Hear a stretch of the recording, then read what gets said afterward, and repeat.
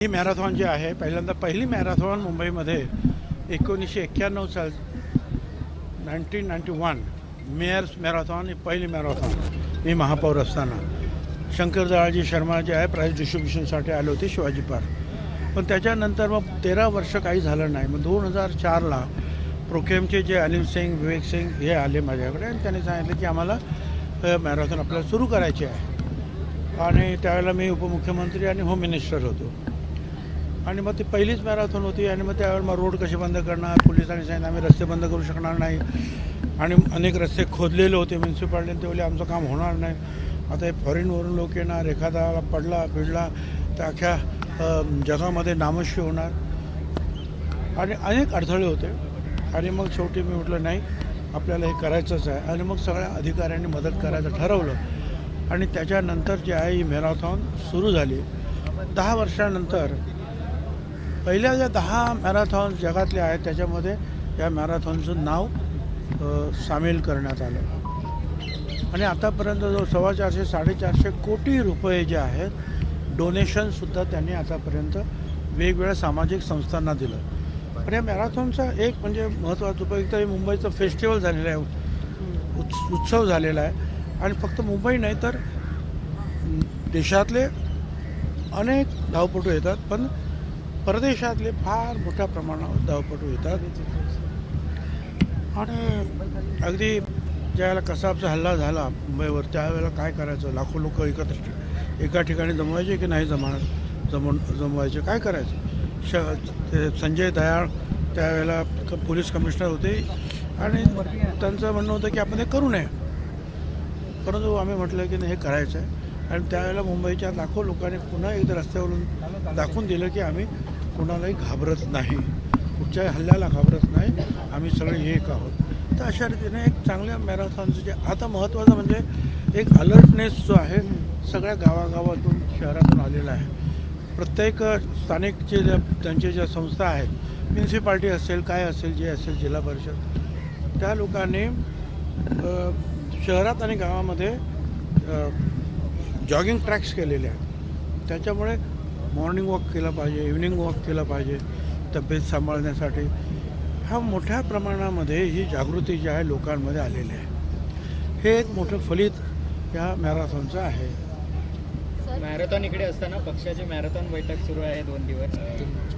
चर्चा आहे. काल तुम्ही उपस्थिती दाखवली मात्र तब्येत बरी नसताना तुम्ही परत माघारी गेलात. नाही, मी त्यांना सांगूनच आलो ना. मला ज्या वेळेला प्रफुल्ल पटेलजींचा 2 तास जेवून ते आपण चर्चा झाली त्यावेळेला पण मी त्यांना सांगितलं पण मॅरेथॉन 20 वर्ष जे आहे आणि पहिल्यापासून मी ह्याच्यामध्ये सहभागी आहे तर मी येऊ शकणार नाही. ते म्हणाले थोडा वेळ येऊन जा. मग मी थोडा वेळ जाऊन आलो. तुम्ही 20 वर्ष पाहिलीत मॅरेथॉन, पण आज असं पहिल्यांदाच पाहायला मिळालं की एकही राजकारणात सध्या असलेली मुख्यमंत्रीपद किंवा कोणी दरवर्षी इथे येताना आता असं आहे ना की मुख्यमंत्री जे आहेत हे दावोसला गेलेले आहेत आणि त्यांच्याबरोबर अनेक मोठे सेक्रेटरीज वगैरे जे आहेत मुख्य लोक गेलेले आहेत, त्याच्यामुळे ते येऊ शकले नाहीत. त्याचबरोबर राष्ट्रवादीचं जे आहे शिर्डी सुरू आहे. शिर्डीला जी काही मीटिंग सुरू आहे त्याच्यामध्ये आहे.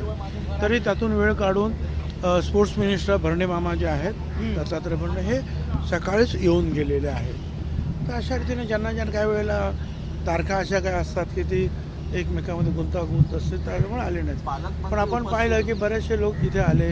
एवढंच नाही तर बरेच इंडस्ट्रियलिस्टसुद्धा इथे आलेले आहेत. काही आणि गरिबांपासून तर श्रीमंतापर्यंत अनेक लोक जे आहेत त्या मॅरेथॉनमध्ये सामील झालेले आपण पाहतो आहोत.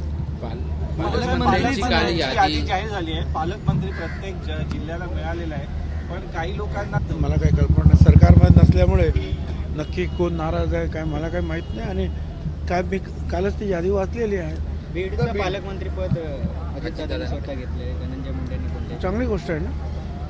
भुजबळ साहेब तुम्ही सुद्धा ज्येष्ठ मंत्री आहात, तुम्ही राजकारणी आहात, पण तुमच्याकडे सुद्धा पक्षाने एखाद्या जिल्ह्याची जबाबदारी द्यायला हवी होती. पालकमंत्री असतो पालकमंत्री, नाही तर मी मंत्री नाही तर माझ्याकडे कसं देणार. सैफ अली खानवरती त्याच्यामुळे आपला महाराष्ट्र अख्खा देश हेच आपलं कार्यक्षेत्र आहे. वांद्रे परिसरात सध्या वातावरण काही एका नेत्याची हत्या झाली, अभिनेत्याच्या घरावर गोळीबार झाला. तुम्ही सुद्धा त्या परिसराशी चांगल्या नाही पद्धतीने- असं आहे की काल रात्री मला असं वाटतं की जो मेन हल्लेखोर जो आहे त्याला पोलिसांनी ताब्यात घेतलेला आहे. असं सांगितलं जातं तो उलटा चोर आहे, परंतु तो बांगलादेशी आहे आणि कदाचित अलीकडेच तो मुंबईत आला असेल. काही चोरीच्या उद्देशाने वगैरे तो गेला होता असं प्राथमिक माहिती जी आहे जे मुख्य पोलीस ऑफिसर्स आहेत काही त्यांनी मला तर सांगितलं. तो परिसर कुठेतरी असुरक्षित आहे. ठाण्यामधून त्यांना पकडण्यात आलं. त्यामुळे मला बँड्रा बीचचा परिसर असुरक्षित आहे सेलिब्रिटींसाठी असं विरोधकांकडून वारंवार आता म्हटलं नाही असं आहे ना की बांद्रा आणि त्या परिसरामध्ये थोडेसे जे आहे वेल टू डे लोक राहतात, श्रीमंत लोक राहतात, काही बॉलिवूड स्टार्स वगैरे राहतात, मोठे मोठे फ्लॅट्स आहेत. आता चोरी अशा ठिकाणी करतील, झोपडीत जाऊन काही चोरी करतील का? त्यांना चोरीच करायची आहे, ते काहीतरी मिळेल अशा आशेनं ते जातात. आणि असं आहे की आज 1.5 कोटी लोकसंख्या मला असं वाटतं अधिक असेल या मुंबईची. आणि अशा परिस्थितीमध्ये सुद्धा हे सगळे कार्यक्रम, उत्सव, अनेक अडचणी ह्या सगळ्या ज्या आहे मुंबई पोलीस जे महाराष्ट्र पोलीस अतिशय समर्थपणे सांभाळत आहेत. पण ह्या गोष्टी होत आहेत हे खरं आहे. हे सुद्धा होऊ नये म्हणून जे आहे निश्चितपणे आता पोलीस प्रयत्न करतील. सायबर ॲक्टचा आपण निर्माण केलेला आहे. मला वाटतं मीच होम मिनिस्टर असताना तो विभाग सायबर विभाग जो आहे तो आपण सुरू केला होता आणि आता मोठ्या प्रमाणावर CCTVs वगैरे लावलेले आहेत. त्याच्यामुळेच तो चोरसुद्धा जो आहे आपल्याला सापडू शकलेला आहे. तर ही परिस्थिती असताना आपण पोलीसचं काम करतायत, पण प्रत्येक आपण सुद्धा जे आहे थोडंसं जागरूक सगळ्यांनी राहिलं पाहिजे. सर अधिवेशन जे सुरू आहे नाशिकमध्ये तिथे असं बदल झाले पाहिजे, तुमचं काय मत आहे यावर? कुठे मांडण्यात आलं? नाशिकमध्ये जे अधिवेशन सुरू नाशिकमध्ये आहे कुठचं त्याच्यामध्ये शिबिर सुरू आहे. मला काय कल्पना नाही. काय बदल झाला पाहिजे का? काही बदल झाले पाहिजे का? असं आहे की माझं मत असं आहे की ठीक आहे, जे काही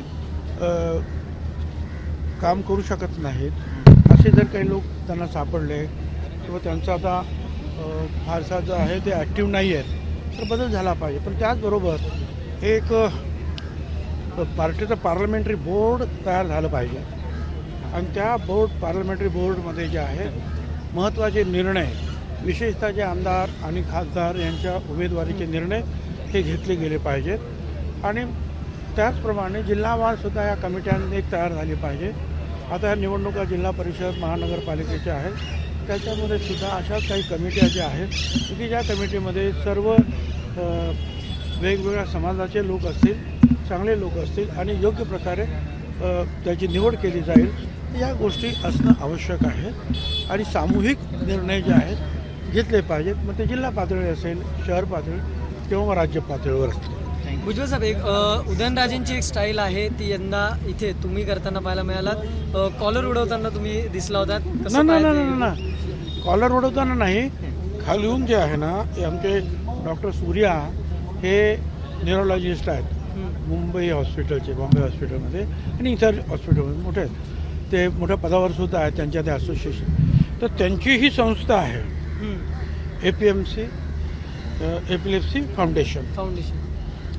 तर तो ग्रुप खालून चालला होता त्यावेळेला मी त्यांना दाखवत होतो की मी सुद्धा तुमचं बनियन घातलेलं आहे एवढंच. बाकी कॉलर थँक्यू. ABP माझा, उघडा डोळे बघा नीट.